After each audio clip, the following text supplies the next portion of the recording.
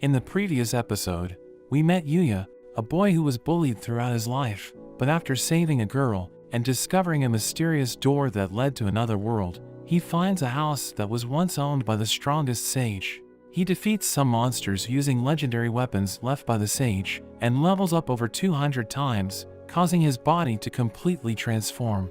He starts attending the prestigious Osei Academy, where he manages to make some friends for the first time.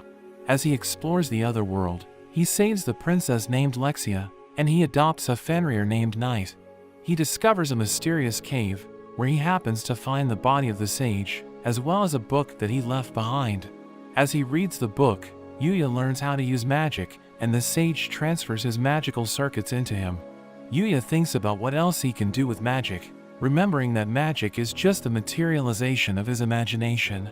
So he thinks about using it to travel, focusing on where he wants to go, and he manages to open a portal, which takes him deep into the dark forest. He is excited that it works, but it seems he can only use it to go to places he has already been. But he thinks he can use it to get home to feed Knight, even when he goes on his school trip. They take the chance to do some more exploring, and they discover a cave, which happens to contain some goblins. But using his legendary sword, they are no match for him, and they find a whole bunch of rare items, storing them all away with his storage skill, and he thinks that his teamwork with Knight is improving. They leave the cave, and Yuya thinks they should call it for the day, but Knight gets sad, wanting to continue. Yuya says he needs to get back so that he can prepare for his school trip, but Knight suddenly runs off. Yuya goes after him, and it seems Knight detects something up ahead. So Yuya uses his invisibility skill to be careful, and he continues ahead. He comes across a girl that is injured, and is facing a number of goblins. Yuya wants to save her, but Knight pulls him back. The elite goblin attacks, smashing down a tree, but there seem to be some threads that get in the way, and the girl attacks, cutting off the goblin's arm. Yuya wonders about the threads, but the goblins suddenly jump at the girl. She blocks their attack with her threads, but the elite goblin lands a hit on her, and it seems to knock her out. As the goblin approaches her, Yuya emerges, and together with Knight, they take out the goblins. But there are suddenly countless other goblins that appear, so Yuya decides to use his divine whip, which binds all of the goblins, crushing them all in a single attack. And he thinks it's just too overpowered, because it can attack multiple targets at once, and it can never miss. After the fight, he wonders what he should do with the girl. He thinks about taking her back to his house, but it seems Knight thinks it's a bad idea. He doesn't want to just leave the girl, but she suddenly wakes up, surprised she is being carried, and she ends up falling to the ground. Yuya offers her his healing juice, and it's able to instantly heal all of her injuries. The girl is surprised how effective it was, and wonders who he is. So Yuya introduces himself, as well as Knight, but Knight is hostile towards her, and Yuya wonders why. We learn that the girl's name is Luna, and she says she was training in the forest, but she was surprised by the elite goblin and ended up getting into trouble. She wonders what happened to them, but Yuya tells her that he took them out. She asks what he is doing in the forest, and he ends up saying that he was also training. But the girl is surprised to hear this for some reason. Since Yuya was the one who carried her to safety, Luna apologizes to him for being so filthy and covered with sweat, but Yuya says it's okay. She wonders if there is a river nearby where she can rinse off, but Yuya brings out his bath. He keeps watch outside, and Luna can't believe he has such a rare item. Yuya mentions how he got it from a crystal deer, and Luna is impressed he could defeat such a monster. Yuya thinks it's normal for the dark forest, but Luna reveals she is actually there on a client's request, although Yuya doesn't hear this. Luna asks him to accompany her with her training. Since they are both training in the forest, she wants to train with him. Yuya feels bad about leaving her to train alone, so he ends up agreeing to join her. After that, we see them training together, as Yuya helps her practice, but she also teaches him as well. They both manage to get stronger, and we see Luna as she takes out a goblin with her threads. Yuya compliments her for beating an elite, but she says she still has a long way to go, saying she needs to get even stronger so she can complete her mission. Yuya tells her he has to go, trying to explain that he has a school trip, but it doesn't really make sense to her, so he just apologizes, but she thanks him for all his help. After the last day of training, Yuya relaxes with a bath, but Luna suddenly joins him, wanting to share it with him. Yuya gets embarrassed, but Luna grabs onto him, telling him how much the time with him has meant to her, and saying that she will treasure it. She thanks him once again, offering to wash his back, but her towel suddenly drops, and Yuya becomes embarrassed. His class heads off on their school trip, and we see Yuya playing cards with his friends. Kaide thinks he looks tired, and Yuya admits he didn't get much sleep the previous night. Yuya wins the game, and they can't believe he just won 5 times in a row. But Yuya thinks the game should just be luck. Yuya decides to take a nap, and he thinks that he kept winning because he put a lot of points into his luck stat, thinking that the incident with Luna could have also been because of his luck. Yuya is woken up as they arrive at their destination. The students get changed, and their teacher explains that they have to go camping for 2 days and must find a way to survive off the land, telling them that there are fish in the river and plants that they could eat. Kaide worries that the plants could be poisonous, but Sawada tells them the school doctor is on standby, although the students find her creepy because they always hear screams coming from her office. Akira thinks they could just go without food for a day, but Sawada says it's all a part of their lesson, mentioning that it's a competition between the classes. Yuya wonders if there is a reward for the winners, but Sawada reveals it affects her bonus, so she tells them to do their best, but the students are not impressed. The students are left in the forest, and Yuya wonders what they should do first. Akira thinks it will be easy to survive, but the other 3 just ignore him, thinking he is a fool. Rin suggests that Yuya and Kaide try fishing, while she and Akira look for some edible plants. We see that all the students are by the river, and Kaide thinks they were too slow. They see Ryo by the water, and he warns them that all the good spots are already gone. Kaide wonders if they should try something else, but Yuya uses his detection skill and manages to find another spot. There are lots of fish in the area, but Kaide thinks the water is too shallow, so their fishing pole won't be effective. But Yuya has another plan, and he gets into the water. He thinks that compared to the monsters in the dark forest, the fish are not as fast. He thinks about what he learned from Luna about how to predict a monster's behavior, and he manages to catch a fish with his hand. Kaide is impressed seeing this, and Yuya continues to catch all the fish. The other students think he is crazy, and Kaide thinks he has caught too many. Yuya admits he got carried away, and he thinks about thanking Luna for her advice. Meanwhile, in the dark part of a town, we see a shop filled with puppets. Luna uses her thread, cutting off all their heads, and she notes that her power has improved. She thinks about her time with Yuya, but we learn she is actually an assassin, and has been killing ever since she was a child. But she finds Yuya different, wishing she could have met him sooner, so that her life might have turned out differently, but she knows she needs to forget about him, because she is the one known as the headhunter, and she prepares for her next target. Yuya and Kaide meet back up with Rin, showing her their haul, and she is surprised to hear Yuya caught all the fish with just his hands. Yuya wonders what happened to Akira, who is down on the ground, and he complains that Rin used him to test mushrooms to see if they were poisonous, and used him as a decoy to lure away bears.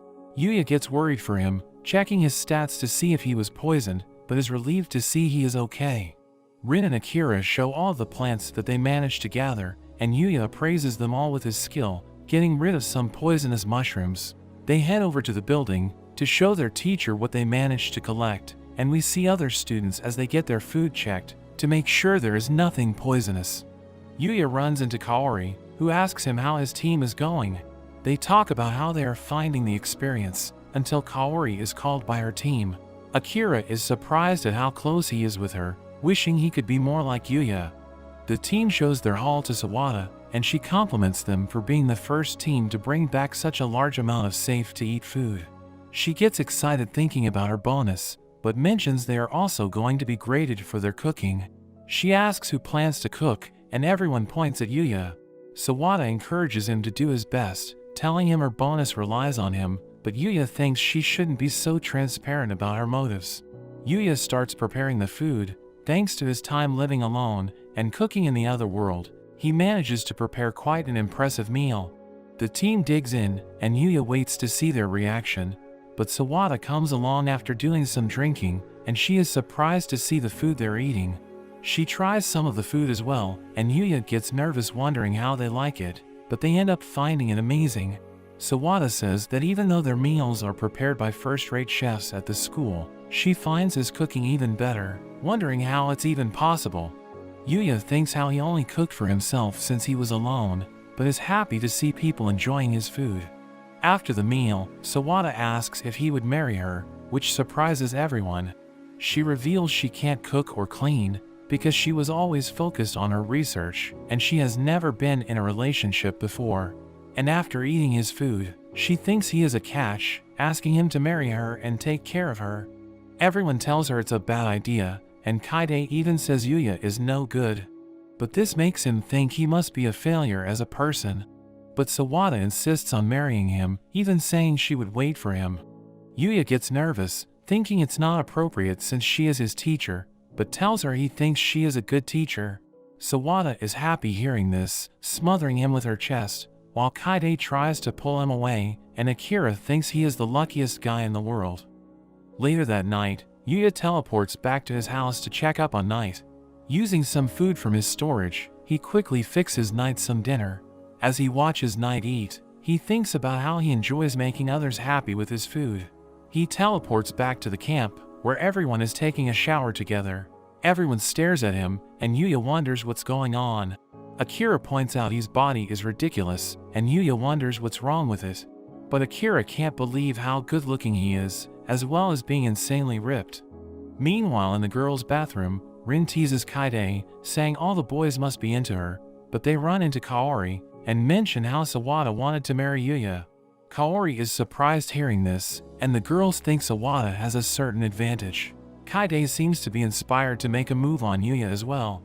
Kaori wonders if she is into Yuya, but she quickly denies it. Rin thinks she is too obvious, but Kaori wonders about Yuya's preference in girls. The next morning, some of the students find their belongings trashed, wondering if it might have been a thief. Akira has a worried look, while Yuya checks that all their belongings are still there. The group decides to look around for breakfast, but Akira gets scared, seeing scratch markings on a tree. Yuya remembers how Akira said he was used to lure away bears, and he realizes what's going on. As he looks around, the bear suddenly appears before the girls, and they quickly run away. The bear chases after them, and all the students panic. Sawada signals the group to take cover with her. The bear runs into the table, and Sawada tells them to get to safety. As they run, Sawada falls down, and the bear lunges at her, but Yuya gets in the way. He wrestles with the bear, throwing it to the ground, and knocking it out. He checks up on Sawada, who tells him she would normally lecture him about fighting a bear, but since he saved her life, she decides to let him off the hook, even offering to marry him once again, which he politely declines. Yuya wonders what's going to happen to the bear, and Kaori ends up explaining they will take it in as a guard bear, and if it attacks people again, they will just eat him, and the bear seems to understand. So the issue is resolved, and the camping trip comes to an end. Back at his house, we see that Yuya is scheduled to meet the king in the other world, with Lexia on the way to meet him. He finds a group of demons in the forest, thinking it would be bad if Lexia's group ran into them, so he decides to take them out. Knight slashes at one of them, and Yuya throws his spear, but the demon catches it. So he swaps to a hammer, which completely squishes the demon, while clearing the area around him, causing him to be impressed by the sage's weapons once again. The demon drops an interesting-looking helmet, and Yuya tries it on, but we see a strange-looking rabbit that watches him, thinking he is the one, but Lexia's party approaches. Owen is worried seeing him, and Yuya realizes it's because of his helmet, so he quickly takes it off, and they are glad to see him once again.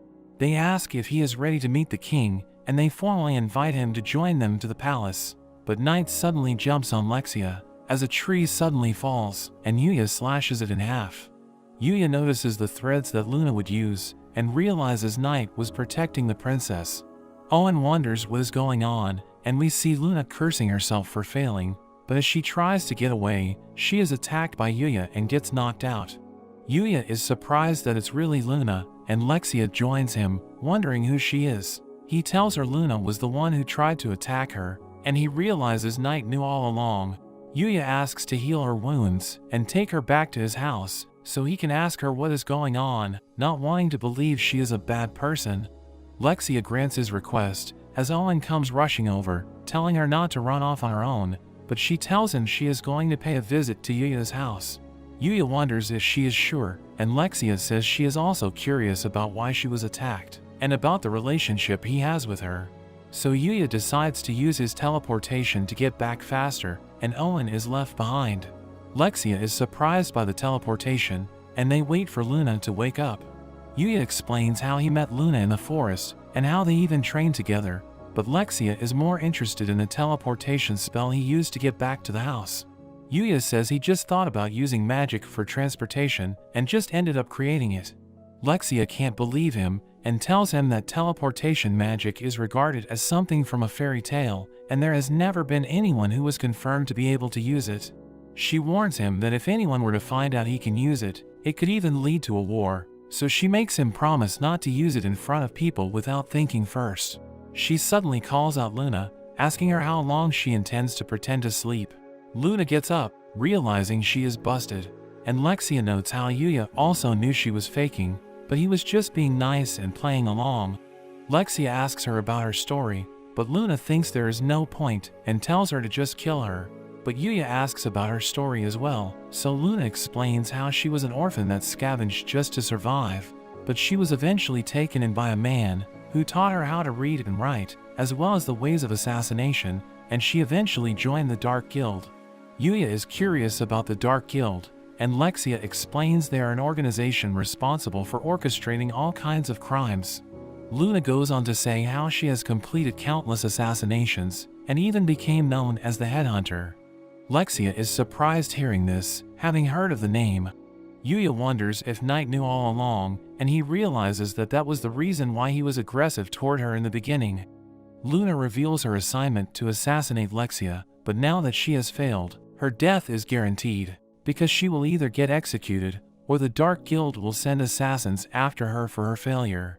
Yuya gets worried for her, but Luna wonders why he cares, since they only spent a brief time together.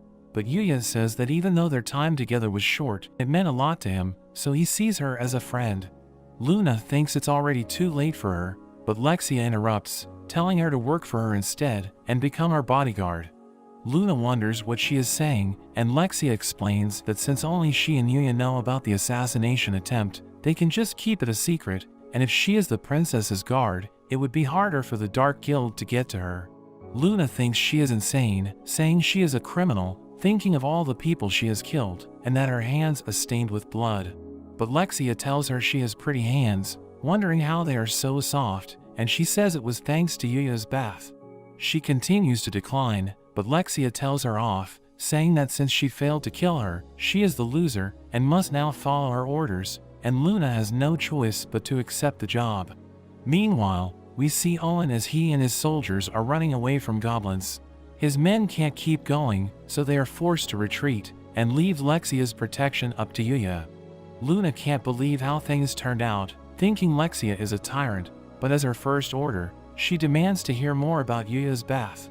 So Luna explains that Yuya has a rare bath item that can create a bath anywhere, and helps with recovering from fatigue, but it also has positive effects on beauty. Lexia thinks it sounds incredible, demanding to use it as well. She decides to take a bath with Luna, inviting Yuya to join them as well, but he nervously declines, and she calls it a shame.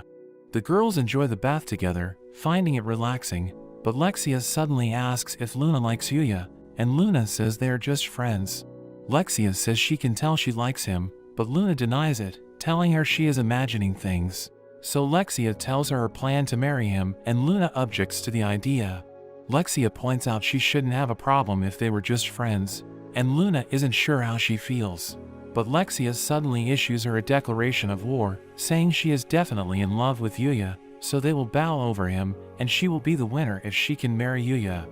Luna is confused hearing this, but thinking about Yuya getting taken away, she accepts the battle, wanting Yuya for herself, and Lexia declares that from that moment, Luna will be both her guard and her rival. After their bath, Yuya thinks they should make some dinner. Lexia offers to cook, but she struggles trying to cut a single potato, even losing her knife, and almost causing an accident, so Yuya ends up cooking the meal instead. The girls find the food delicious, and Lexia compliments him, but Luna gets jealous seeing this, and asks Yuya to feed her, saying that she has trouble moving because her wounds aren't fully healed. Yuya thinks about how hard he hit her, so he agrees with the request. But as she eats it, she smirks at Lexia, who also gets jealous and demands to be fed as well. Yuya says she isn't injured, but Lexia uses her authority as princess to command him, and he has no choice but to comply. At night, the girls sleep together, and Yuya is exhausted, but thinks it was a good time. The next day, they meet back up with Owen and his men, and Yuya apologizes for leaving him behind. Owen wonders about their companions, and Yuya introduces Night once again. Owen thanks him for saving Lexia the previous day, and he goes on to wonder about Luna's identity. Lexia bluntly explains how she was an assassin that tried to kill her, but will now be working as her guard. Everyone is shocked hearing this, and Luna can't believe how quickly she revealed her secret. Owen immediately has her surrounded, but Lexia tells him to stand down. Owen refuses, saying she can't be trusted, but Lexia mentions how they slept together, so if Luna wanted to kill her, she would already be dead. Owen eventually gives in, but says they will keep an eye on her. Yuya suddenly interrupts, saying he can no longer go with them to the palace, since they spent an extra day back at the house. He doesn't have the time to make the trip, thinking he needs to go back to school. So Owen tells him to visit whenever he gets the chance, telling him he can follow the road to a village, where he should be able to get directions to the capital. Lexia says goodbye to him, telling him to visit soon, but Luna suddenly runs back to Yuya, giving him a kiss and thanking him for everything he has done for her. Lexia is devastated, demanding to go back so she can also kiss him, but Owen just pretends not to hear her and continues on their way. Yuya thinks about the kiss, wondering if she likes him, but he ends up taking a bath to relax. He suddenly realizes there is a strange creature that snuck in, and he gets a notification saying he has just tamed it. The creature is confused by this, but finds it acceptable, and Yuya thinks about checking its stats, but he finds his appraisal skill has leveled up, allowing him to see the skills that it knows. He sees that it has a skill called Holy Ground, and asks to see what it can do. The creature creates a field of light around them, and it seems to give Yuya a buff. Yuya is impressed, and decides to give it a name. Looking at its appearance, he decides to call it Akatsuki. Night reminds him about the time, and Yuya quickly rushes back to school. During their class, Sawada announces they are having a ball game competition, with the results affecting her bonus, so she tells them to do their best. The first event is soccer, and their class is divided up into 2 teams. Yuya plays as goalkeeper, since he doesn't really know the rules. When the game begins, Ryo is a beast, taking on the opposing team by himself and managing to score. Kaide is impressed, but Rin tells her they have a second secret weapon, telling her to jump. As she jumps up and down, all the guys are distracted, and Akira manages to steal the ball from Ryo. Akira has a morale boost, and Rin realizes her plan backfired. Akira gets past everyone, shooting his shot, but Yuya stops it in an instant, and everyone is shocked at his movement. He wonders what he should do with the ball, and Ryo tells him to just throw it as hard as he can. So Yuya gives it a go, and ends up throwing it straight into the other goal, wondering if he's scored a point.